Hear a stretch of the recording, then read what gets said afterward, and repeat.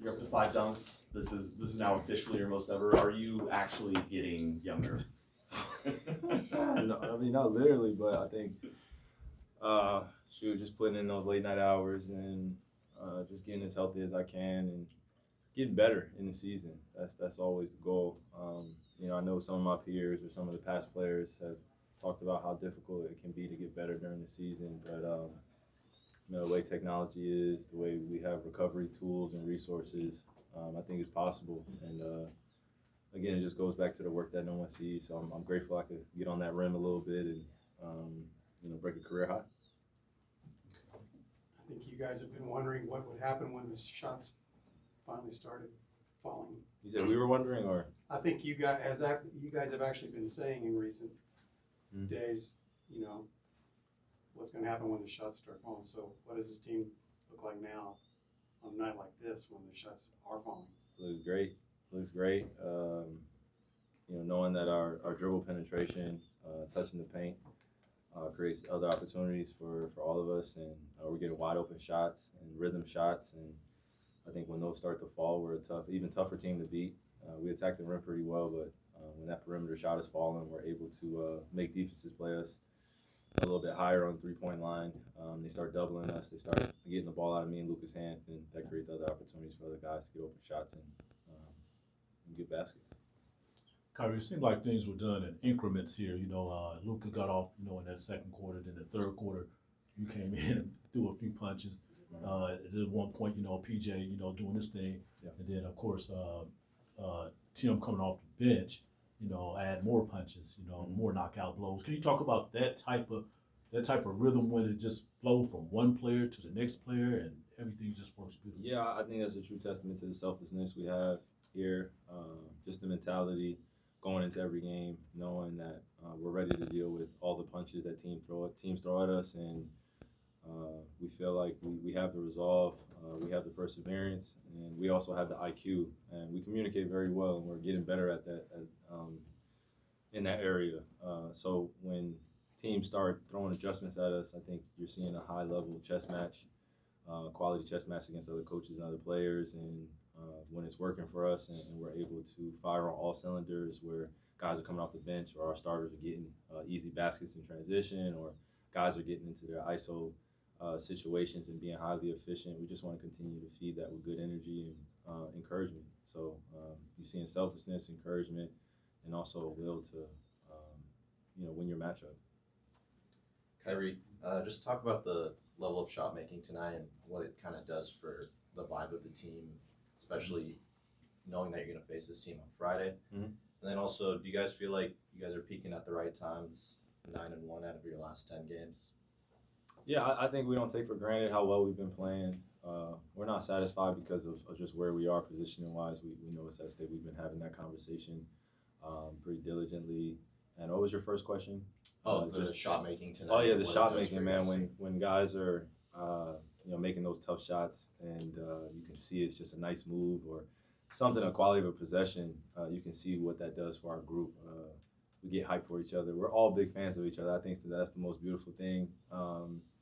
Come together at the right time, had a good trade deadline, and now we are putting our best foot forward every single game and every single night, and having that communication that no matter what goes on in the first, quarter, second quarter, third quarter, fourth quarter, we will have a great chance to win if we're doing the right things and we're following our game plan. And we're not relying on the coaches to do everything and fix everything. It's really just a communicative type of atmosphere where we're on the court and we make adjustments as players and we know where we have to be. So everybody paying attention to the game plan and being mature about their approach. Kyrie, Tim Hardaway mentioned on our radio postgame tonight how you kept encouraging him through this pretty difficult stretch that he's been through, and just that you've got to keep shooting. And just how important is the leadership role that you take for somebody? He's been in the league a long time too, but that you have the ability and he has the ability to accept what you're saying and just go and do and be a part of something that now that he's finally got it turned around. Yeah, I don't think it was just his shooting. it's basketball. There are going to be times where you shoot well for weeks upon a time, months at a time, and there's going to be some dry spells. And you never want to go on a dry spell in the middle of pushing for a playoff position. Or other guys are playing well around you, and you're not necessarily playing at the top level that you want. So for me, it's just understanding his journey and understanding him on a human level and trying to get the most out of him and doing it in an encouraging way. I think everyone in this room could speak to someone in their life being around that encourages them and how much of a positive reinforcement or what a positive reinforcement can do for someone's psyche, someone's mental strength, or just where they are in their lives. So I've just tried to be that light, not only for him, but for other guys on my team, and just try to simplify, kind of the pressure that comes with this game. We all want to win, we all want to win championships, but there's only one team every single year. So when you have a special group, you don't want to take it for granted, and you don't want to put yourself first all the time when the team is playing well. So he was going to get out of it. I wasn't worried about him. We're in our 30s now. We've been seeing, I like to remind him, we're in our 30s, man. We've been seeing tons of defense and offense. We've shot thousands of shots at this point.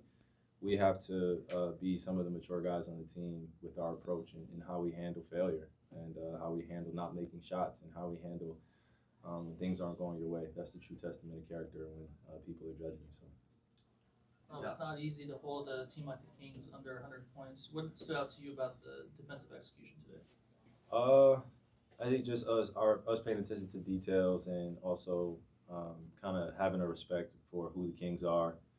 They're a well-coached team. We know that they're going to be even more well-prepared for Friday's game. So we just want to show respect to them and play hard and play physical. Be ready for them to throw all their best punches. I felt like they tried to do that in the first half. They're coming off a back-to-back. We're coming off a back-to-back. So anything could have happened tonight.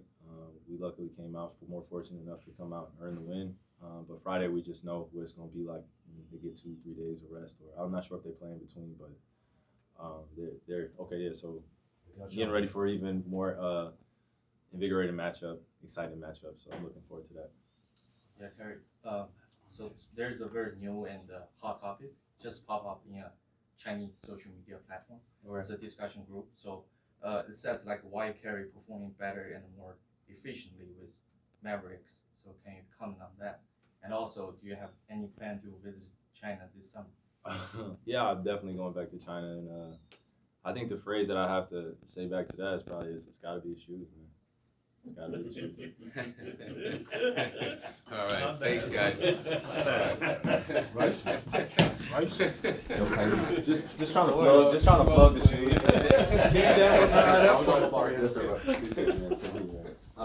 Good, man.